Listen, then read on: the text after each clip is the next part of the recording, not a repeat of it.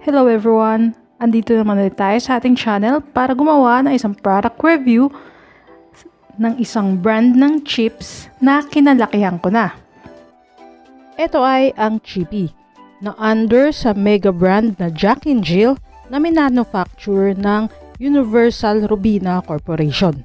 Ang kada pakete nito ay nagkakahalaga ng 5 pesos and 75 cents. At ang timbang ng bawat pakete ay 27 grams. Nung unang nilaunch ang Chippy, may isa itong flavor. At ito ang barbecue. Pero ngayon mapapansin nyo na nagdagdag sila ng 3 pang flavors.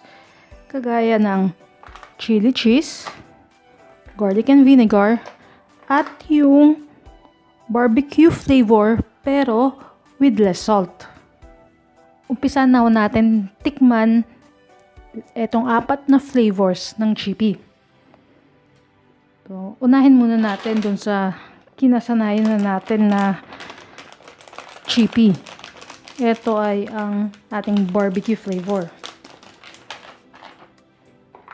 Pero bago ang lahat, buksan muna natin.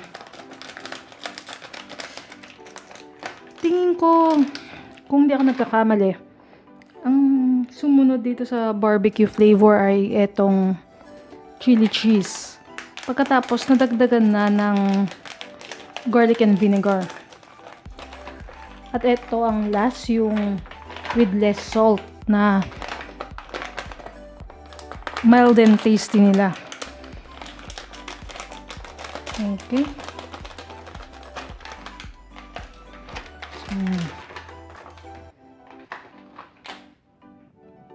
Umpisa na natin dito sa original nila, ang barbecue.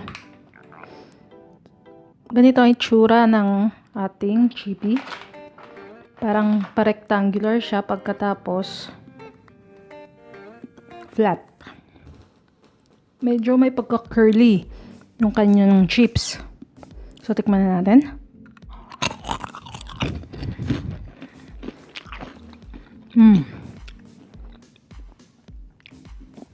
Lasang barbecue siya. Yun nga lang, medyo parang kulang na onte.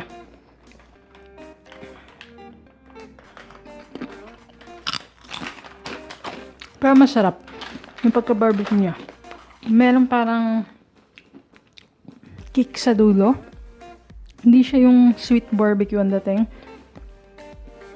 Salty na may parang anghang.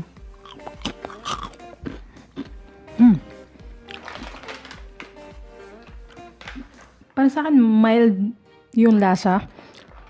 Kaya, hindi ko lang sure kung dito sa less salt nila, baka wala na mismo ng lasa. So, next na natin itong ating mild and tasty with less salt. Kagaya sabi ko kanina, eto mild na. What more pa kaya to? Baka wala ng lasa.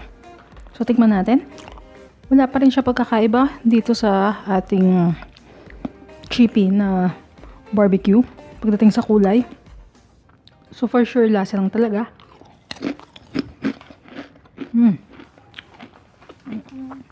Though may barbecue flavor, malasa mo, pero sobrang mild. Wala ka talaga malasang alat. Well, na-claim nila yung less salt. Pero,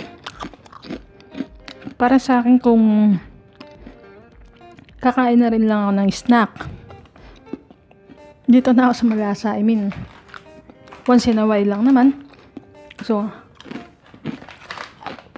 iwasan mo na yung less salt. Ang isunod naman natin ay itong ating garlic and vinegar. Hindi talaga ako fan ng vinegar na chips. Pero, okay sa akin yung garlic. Kaya, hindi ko alam yung magiging expectation ko dito sa ating garlic and vinegar na Chippy. Same pa rin yung itsura. light din yung color. Pagdating sa amoy na amoy mo yung vinegar. Balikan natin yung sa barbecue. Sa barbecue, hindi masyado. Hindi mo maamoy yung barbecue niya. Parehas sila. Ito talaga amoy mo yung vinegar. May alat siya. May slight na asim. Pero yung garlic, parang nakukulangan ako. Well, tikman ulit natin.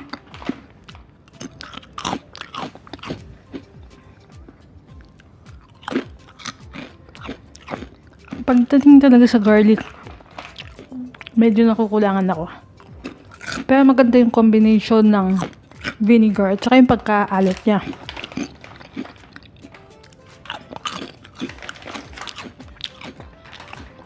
Yung sa garlic,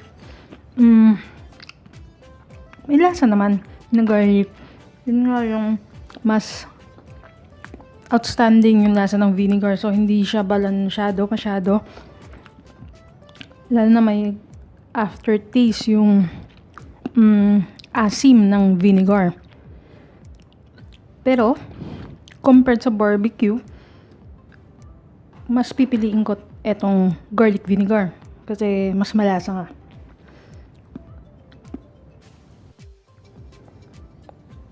Ang next natin ay etong ating chili cheese na chippy. Since mahilig ako sa chili at cheese na flavored ng chips, tingin ko ito yung pinakamagugustuhan ko. Though hindi ko pa talaga siya natikman, pero para sa akin, ito talaga malamang yung magugustuhan ko. Compared dun sa kinain natin na barbecue, mild and tasty, at saka itong garlic vinegar, may kulay yung ating chips na orange. Dala ng, syempre, yung ating keso. Pagdating sa amoy keso talaga siya. Hindi siya yung maanghangang dating. So, mas outstanding yung amoy ng cheese. Ngayon, tikman na natin itong ating chili cheese.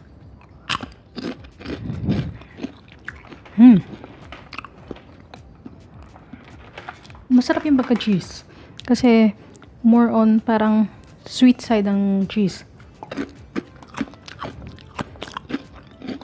Yung typical na mamiso na chips o na chichirya, ganun yung pagkakeso nito.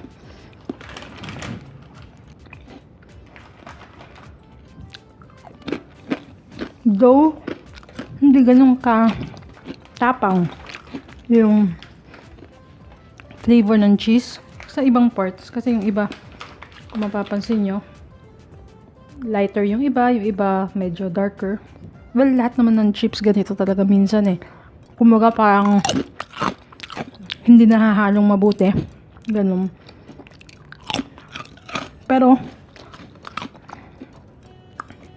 na-justifyan nila yung pagkakeso. Yun nga lang yung anghang. Hindi masyado. So, kung gusto nyo na kainin ito ng mga bata, may re-recommend ko tong chili cheese ng Chippy.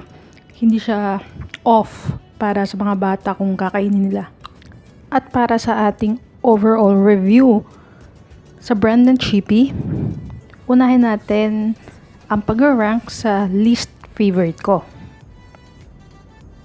Ito ay ang mild and tasty.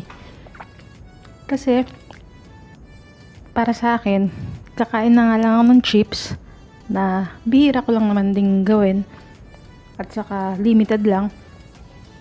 Mas maiging pumili na lang ako yung talagang malasa. Since ito with less salt, siguro advisable to dun sa mga health conscious or yung talagang bawal talaga. May restrictions yung diet nila. Kaya, eto, highly recommended ko sa mga, yun nga, bawal sa mga maalat. Pagkatapos, ang next, etong barbecue. Kasi, medyo, yung pagka-barbecue niya, compared sa ibang brand na nakasanayang ko rin na kainin, hindi ito masyadong ganong kalasa. Kaya yung barbecue, para sa akin, hindi outstanding masyado na talagang babalik-balikan ko. So, next ko ay itong garlic vinegar. Hindi lang kasi balanse talaga yung lasa ng garlic sa vinegar, pero okay na sana eh.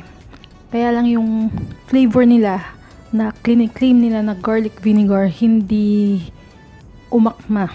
Although balanse yung vinegar at saka yung salt, pero yung garlic yun yung hinahanap ko. Pero kung bibigyan ako ng next chance para i-try ulit to, definitely ita-try ko talaga to. Pero etong dalawa, maybe hindi na lang unless kailangan na ng diet ko ng less salt na chips. Kagaya na itong mild and tasty nila. At ang pinaka-favorite ko, etong chili cheese. Though hindi siya keso masyado kasi mahilig din ako sa keso na chips. Para sa akin okay na to. At may re-recommenda ko ito sa mga bata kasi yung pagkaanghang niya mild lang, tolerable para sa mga bata. At ang nagustuhan ko rin dito ay yung layer ng flavors. Kasi yung cheese, hindi talaga siya more on salty side. Parang may pagka-sweet salty siya. Yung traditional na nakasanayan natin sa pagdating sa mga Pinoy na chips. Pagkatapos, bandang dulo, may chili na lalabas na flavor. Kaya, kumpara dun sa tatlo, tingin ko ito yung masarap tikman dahil halo-halo yung flavors. Kasi wala ka nang hahanapin pa. Ika nga. Kumbaga kapag eto kinain mo, hindi ka na mag-crave for another chips. Klase ng chips, I mean. So, ang final verdict natin para sa Jack and Jill Chippy ay certified hindi sulit. Kahit nagustuhan ko naman yung lasa ng garlic and vinegar at chili and cheese, para sa akin kulang pa rin yung lasa if i-compare ko sa ibang brand ng chips. Pagdating naman sa price, pasok naman ito sa budget-friendly na price range pagdating sa mga chips. At yan na po ang kabuuan ng ating Jack and Jill Chippy review video. Kung nakaisip pa kayo na ibang products na gusto nyong i-feature natin dito sa ating Sulit Nga Ba channel, just comment down below. And of course, kung nagustuhan nyo itong ating review for today, kindly share this video, like it, and don't forget to subscribe in our YouTube channel and click the notification bell for future updates.